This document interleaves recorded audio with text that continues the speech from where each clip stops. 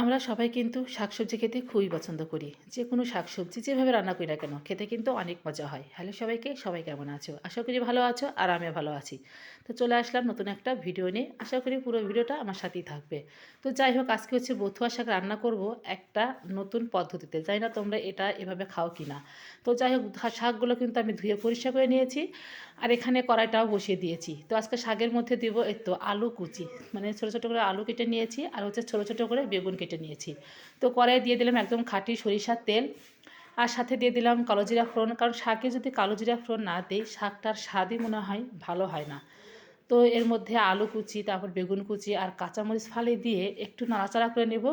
আর একটুখানি দিয়ে দেবো হলুদ আর লবণ, একদম যেহেতু আলুগুলো একদম নতুন, ভাজতে কিন্তু সিদ্ধ হয়ে যাবে। আর আমি ছোটো ছোটো করে কেটে নিয়েছি। তো নাড়াচাড়া করতে করতে দেখি একদম আলু বেগুন সিদ্ধ হয়ে গেছে। তো আজকে হচ্ছে খাঁটি একদম সরিষার তেলে রান্না। আর আমি তো সবসময় সরিষার তেল দিয়ে রান্নাবান্না করি, কারণ সরিষার তেলে রান্নায় এত মজা হয় খেতে।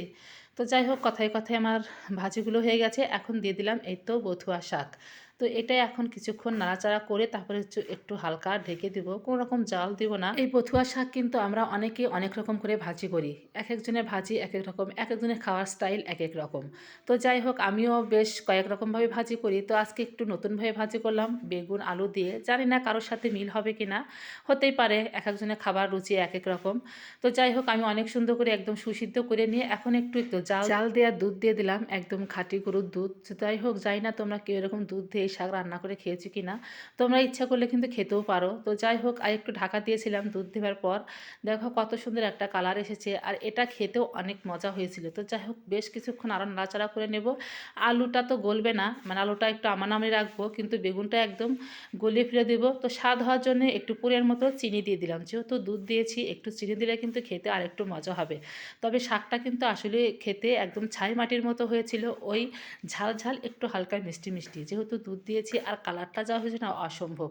তো বেশ কিছুক্ষণই নাড়াচাড়া করতেছিলাম, কারণ দুধটা একদম শাকের থেকে শুকিয়ে নিচ্ছিলাম, যাতে করে দুধের কোনো রকম মানে ল্যাশ না থাকে, যাতে করে বোঝা যায় শুধু শাক আর হচ্ছে আলু আর বেগুন, বোঝা যাতে না যায় যে দুধ দিয়েছি, আর দুধের কোনো ফ্লেভারও না থাকে, কিন্তু খেতে অসম্ভব মজা হবে। এইরকমভাবেই আমি শাকটা রান্না করতেছি।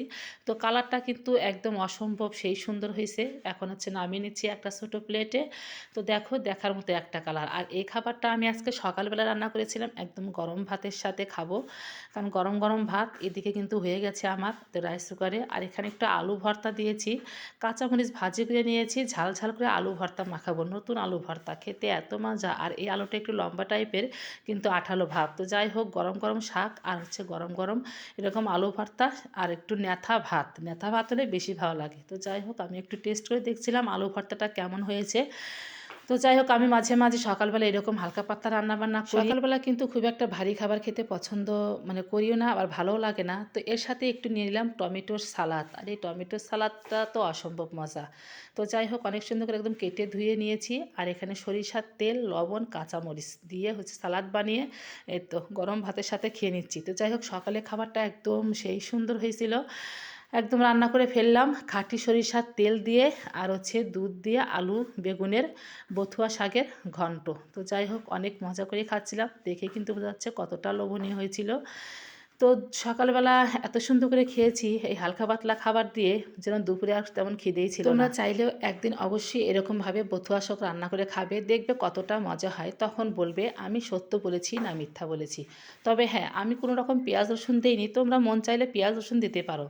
তো আমি ইচ্ছে করেই দিইনি, ভাবলাম এইভাবেই রান্নাবান্না করি। তবে পেঁয়াজ রসুনের স্বাদটা তো অন্যরকম, আর এভাবে রান্না করলেও কিন্তু অন্যরকম একটা টেস্ট আসে। তো যাই হোক, অনেক সুন্দর করে খাবার দাবার কমপ্লিট করলাম। এখন একটু চুলাটা একটু মুছিয়ে নিচ্ছিলাম, যেহেতু তো এখন আর গ্যাসের চুলাতে কোনো রকম কাজ করবো না, করলেও অনেক পরে। তো যাই হোক, একটু পরিষ্কার পরিচ্ছন্ন করে রাখলে দেখতে ভালো লাগে, আর আমি সবসময় চেষ্টা করি একটু পরিষ্কার পরিচ্ছন্ন করে রাখার। এদিকে বেসিংটা একটু ভালো করে পরিষ্কার করে রাখবো, আর টুকিটাকি বাসনও ধুয়ে নেবো। তো যাই হোক, আজকের ভিডিওটা এ পর্যন্তই। ভিডিওটা ভালো লাগলে অবশ্যই লাইক কমেন্ট শেয়ার দিয়ে পাশে থেকো। টাটা।